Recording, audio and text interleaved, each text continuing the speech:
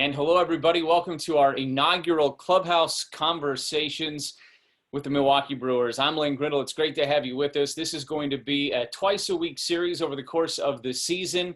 We're going to talk to some former Brewers. We're going to talk to some current Brewers. We're going to talk to some members of the front office. And the entire time, we're going to give you the opportunity to ask some questions as well via the chat button on our webinars here. So we're really excited to have this coming your way. It's going to be at 12:30 every Monday and every Wednesday over the course of the season. And today our first guest is Sal Bando. It's a great way to kick it off. We have Brent Suter joining us on Wednesday. That has been confirmed as well. So we hope that over the course of this season, you'll continue to dial us in and watch our Clubhouse Conversations. Of course, the home opener is going to happen tonight. It's been kind of a crazy weekend with a lot of different news items. The Brewers home opener was supposed to be Friday, but due to COVID-19, the Cardinals series has been postponed, and now it'll be the White Sox tonight at Miller Park, and we're really excited to get the home slate of the schedule underway. But with that, I bring in Sal Bando, who of course had an unbelievably productive major league career over 16 seasons as a player, and then of course was the general manager of the Brewers as well through most of the 90s, and he joins me now. Sal, it is great to have you with us. Thanks so much for giving us some time today. Well, thanks, Wayne. I appreciate being on with you. I'm just not very technically smart. I think we've all learned throughout the course of the pandemic that we weren't as technically smart as we hoped we were. I've had my own issues over the course of quarantine. I think we've all learned some things throughout it, though, as well. Amen to that. I agree. Hey, Sal, it's great to have you with us. And as I said, you had a 16-year MLB career. Of course, you finished it up with the Brewers from 77 to 81. Four-time All-Star. You won 3 World Championships. So I want to get into some of that with you over the course of the next half hour or so. And I, of course, want to spend time with you talking about your time as the general manager of the crew also. But before we do any of that, catch us up with what Sal Bando is up to these days and kind of what's occupying your time and how you're kind of enjoying life right now. Well, my wife and I are official babysitters for our grandkids. So we do a lot of that. I get to play some golf, work out. Really, we interact with our family because we get away and we go to Arizona for 5 months. And so we try to make up for it when we're here in Milwaukee. I've asked this question to so many people over the course of the last 4 months or so. And I guess it's because I'm curious, because we've all found different ways to occupy our time with life being a little bit different. What has been the thing that has occupied your time? You talked about being a grandparent, and I think everybody certainly appreciates that. But, some people have read a bunch of books. Some people have gotten caught up on Netflix series, whatever it may be. What have been some of the things that you've been able to take advantage of with all of this downtime? Well, I actually am on the board of BAT, Baseball Assistance Team, and that's we try to help players, ex-players that have hit hard times. And so it's really taken enough time that I've got to pay attention to it. We have different meetings by phone or by Zoom.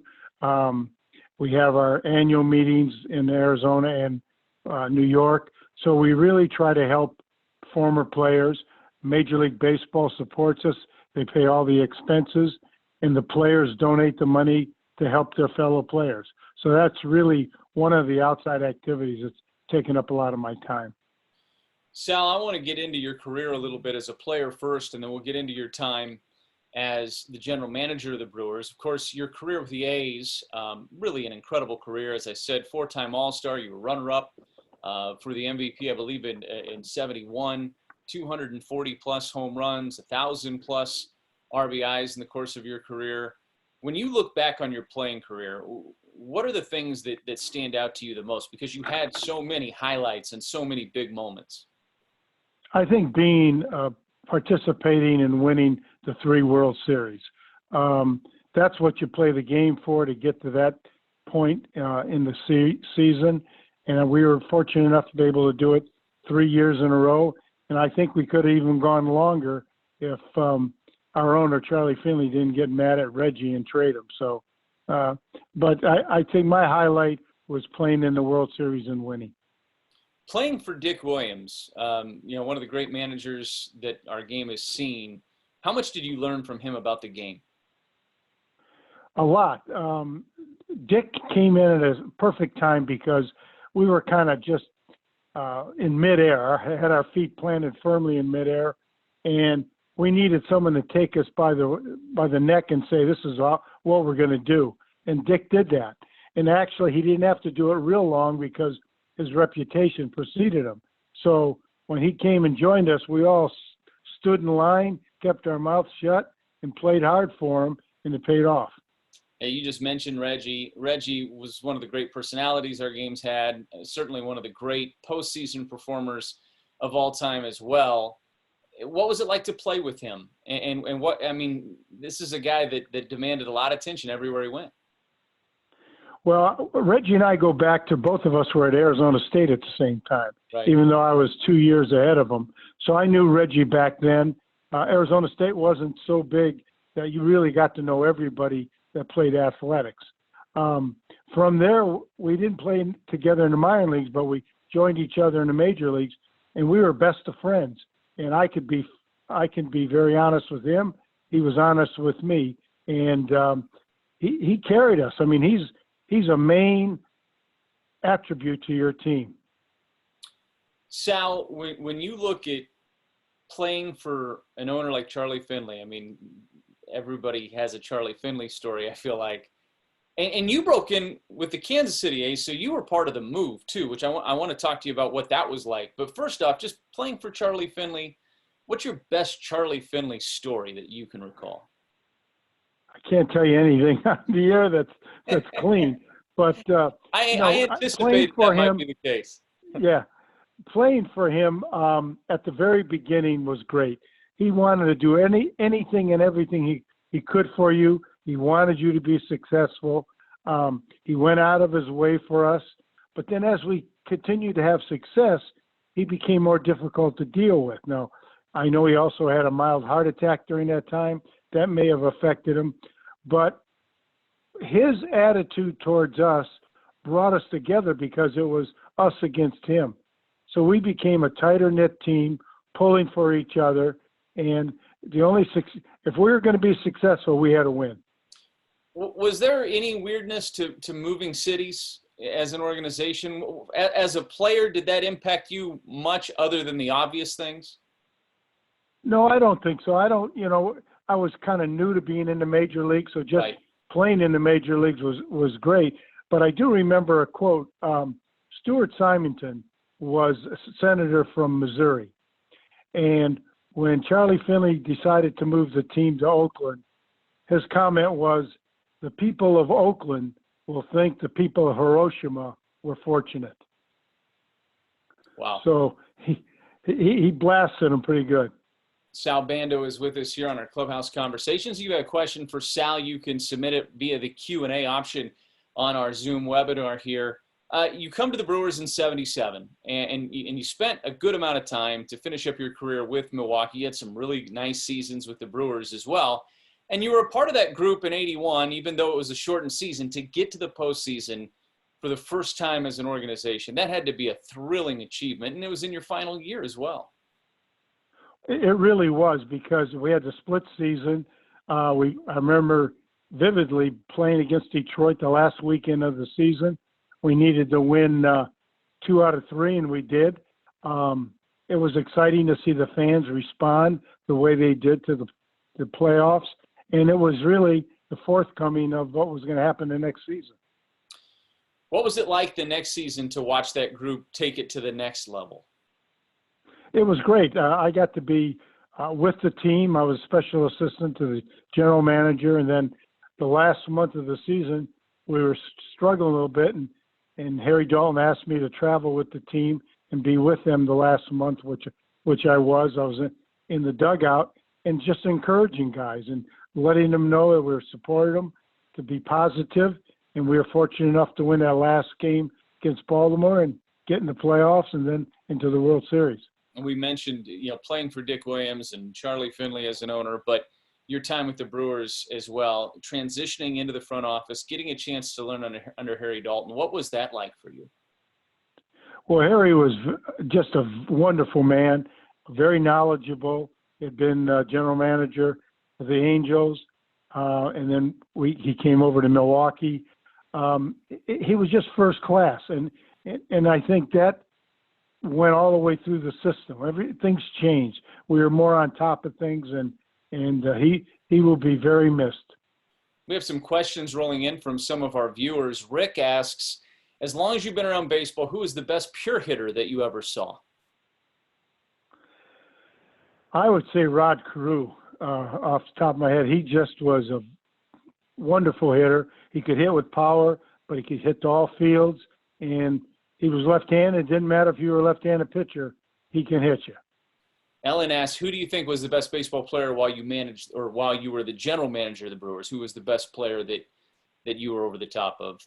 Might be an answer there that a lot of people would assume. As a Brewer? Yeah.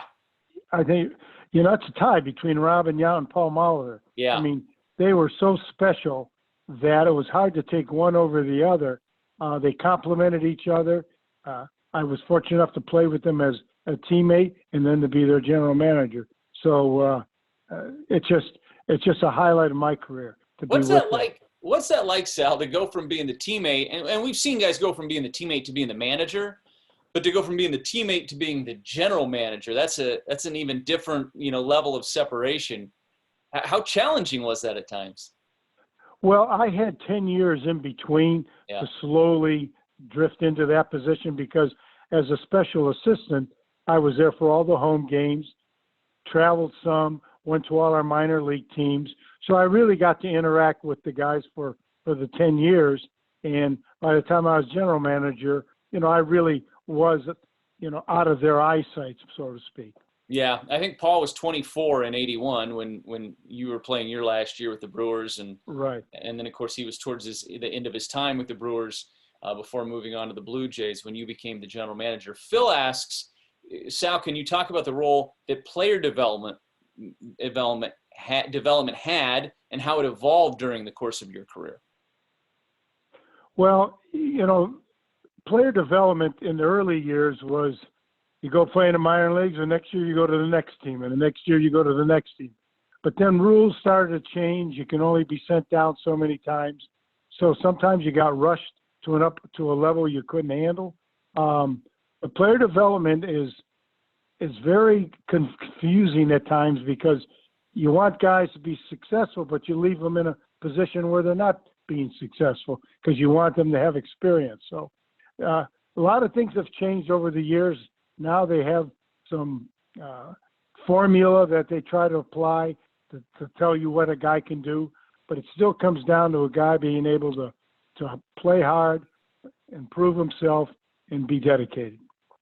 Sal, when you look at the challenges that are out there right now for this season, and I think they're pretty well documented, trying to get 60 games in, dealing with a pandemic, all the different protocols that have been put in place, what would that have been like for you as a general manager? How many times have you thought about how challenging this would be to implement all these things, make sure guys are following protocol, doing what you're trying, and trying to win? I mean, there's a lot going on, obviously. There's so much distraction that I think it's hard for players to zero in on what their job is. They're trying to, but they don't want to get sick. They don't want to get caught with the virus. And at the same time, they worry about their families or friends. So there's a big distraction going on. Plus, I've always felt that pitchers are always ready in short periods more than hitters. And with no spring training, with having inter-squad games, I think pitchers are ahead. And so you're going to see pitching be more dominant right now before hitters catch up with them. When you look back on this year's team, so when you look at the Brewers, and I'm sure you pay pretty close attention still to this squad, which current player has the most upside? I mean, obviously we've seen Yelich win an MVP, but maybe somebody that has a ton of upside in your opinion that maybe is just scratching the surface. Brian asked this question. He's one of our viewers. I think Yelich, by far more than anyone else, has the tools to be a superstar. And he plays hard and he plays smart. After that, I think this Gamble has got a chance to be a good player. And he's going to get his chance now. and not being going up and down or sitting this game, being an everyday player. So I think that's going to help. I think Braun, if he could stay healthy, would be a big plus, but he's having trouble staying healthy. So they may have to play this season with him on the bench a lot of times. Yeah, and DH obviously is a different thing in the NL. You dealt with it from an AL standpoint for the majority of your career, but that should maybe provide some additional at-bats for guys like Ryan Braun when he's healthy, and we've seen that already. But you also look at guys like Omar Narvaez, the Brewers catcher. I mean, that's a guy that could DH once in a while to just make sure he's getting regular at-bats, and maybe even a guy like Keston Hiura can have a day off in the field. I think that's going to be, especially for this season, it's going to be a nice advantage for this team. Well, it's funny. I DH just a little bit near the end of my career, and it really requires a lot of discipline and thinking, because you just can't sit there until your time comes up to hit. So you try to go in the clubhouse, stay loose, hit off a tee, and at the same time, get yourself to be in the game mentally. Because if you don't do that, all you are is like a pinch hitter every once in a while, and that doesn't work. Hey, I want to switch gears for a second, because you had the privilege of being in a Simpsons episode. And I think a lot of people, are familiar with the show. Everybody's familiar with that show. And what a cool thing to be able to be a part of. What was that experience like? I'm sure, would you do it again? Was it enjoyable? It really was. It really, everybody thinks you might be at the studio, or you're not. They did it in Milwaukee. They sent me to a studio in Milwaukee. I did the voiceover. The whole reason I got involved was I think the director was an Oakland A's fan. And so he had myself and Gene Tennis be involved. And because of his love affair with the Oakland A's, that they asked us to do it. We did it. And it was, my kids get a kick out of it. My friends can't believe I was on The Simpsons. So it was really an experience. Do you have a copy of the episode at home so you can pop it in? If you have like friends over or whatever, just kind of casually pop it in and be like, hey, I was on a Simpsons episode. Yeah, they sent a disc. So we have that. They sent a jacket which said Simpsons on it. I mean, they sent a number of things, but it was, you're in it because it was just unique. I mean, I had never done anything like that. It really is pretty wild. And you're right. Like obviously I work with Bob, so I've seen you do voice tracks for different things over my 5 years here. And a lot of times it's as simple as him doing it in the booth before a game. It's not, sometimes he'll go into a studio. It just depends on what the project is, but sometimes it's not as complex as we like to make that seem in our mind, right? Exactly. I just had to read a script. At least I can look at the script in front of me. I didn't have to look into a camera. Couple more questions coming in. Rick wants to know, if you were a player or coach today, how difficult do you think it would be to play in a no-fan environment? And do you think you would consider opting out, as some players are doing? Well, I think it's very difficult to play without the fans, because the fans really generate some excitement in your body. They get you really to focus and to play hard.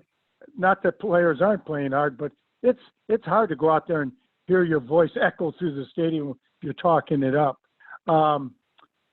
Would I play right now? I guess I'd have to find out a little bit more how it would affect my family. I wouldn't want to put them at risk.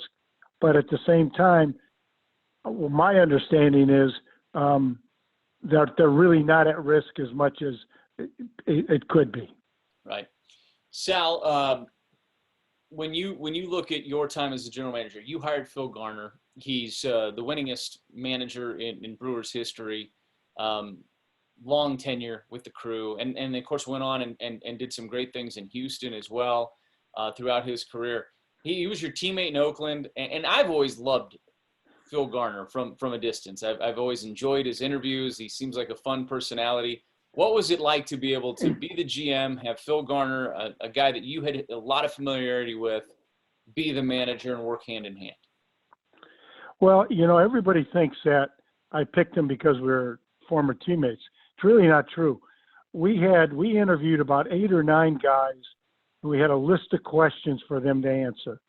And believe it or not, out of all the guys we interviewed, Phil was by far the best and most articulate in regards to what he would do. And so I had Bruce Manno, who was my assistant at the time, had one other front office person take part, and we all agreed that Phil was head and shoulders ahead of everyone else. So from that standpoint, knowing his background, being a former teammate of his, we were able to communicate very well.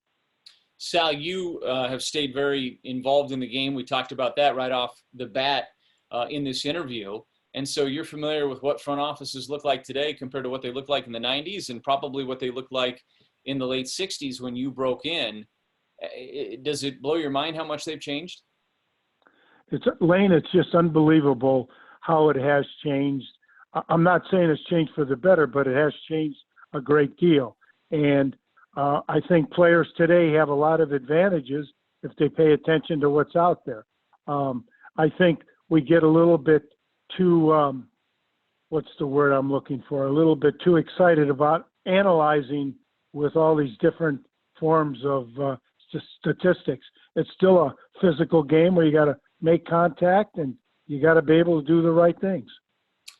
I want to go back to the no fan thing for a second because we keep talking about the adjustment that these players are making with no fans in the stands. And there's no doubt that there's an adjustment that they're having to make. And I think there's all sorts of things we're finding out. One, they can hear each other in the opposing dugouts, which is not necessarily a good thing.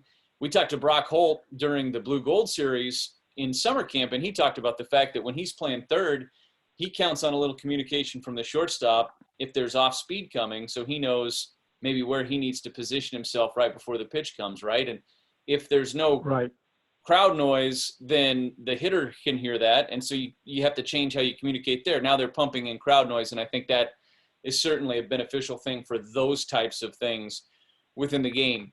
However, once they make this adjustment, Sal, and I think most of these guys will eventually make this adjustment, will it be strange for them, in your opinion, to go back to having fans in the stands? Because there's a different element to managing your breathing and adrenaline and everything else with fans versus without fans. Do you think there will be eventually an adjustment back when everybody's going to welcome it and everybody wants it, but do you think there will be an adjustment back?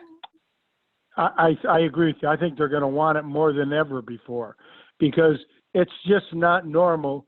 Even in the minor leagues, you have people cheering, and so it's you need that atmosphere with fans. You need your teammates to be communicating with you. It's just a whole different game. We can't get any traction right now between skipping games, games being canceled, players getting sick. It's difficult. It doesn't feel like baseball. Jason asks, how was it working for such a giant in the game like Bud Selig?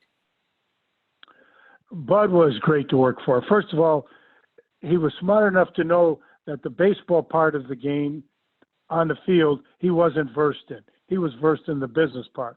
So he let his people operate the baseball part. Once the game started, he was like a fan, though. And he got disappointed. He got mad, like we all do. But he was great to play for. And quite honestly, the reason I came to Milwaukee was because of Bud Selig. His love, not just of the Brewers organization, which of course he loves because he brought them here, but his love for this city and his dedication to this city. I've had the pleasure of being around Bud a little bit, not a ton, not like you, but a little bit. And it's just infectious. You feel it anytime you're around him. And I have to think working underneath of him or playing for him, you felt that too, and you wanted to live up to that, right? Absolutely. I mean, don't forget, I came from the exact opposite when Charlie Finley to go play for Bud Selig. I mean, it was like I died and went to heaven. So, Milwaukee was his love, and he'd do anything for Milwaukee. By selling the team here, there were other opportunities. They could have moved him, but he wanted to keep him here, and thank God he did. Well, Sal, we appreciate you giving us the time here today and being our inaugural guest on Clubhouse Conversations. It's been fun catching up. We could probably do this for another 30 minutes or another hour if we wanted to, because I have so many baseball questions I'd love to run by you. We'll have you stop back at some point in the future. How about that? We would love to catch up again.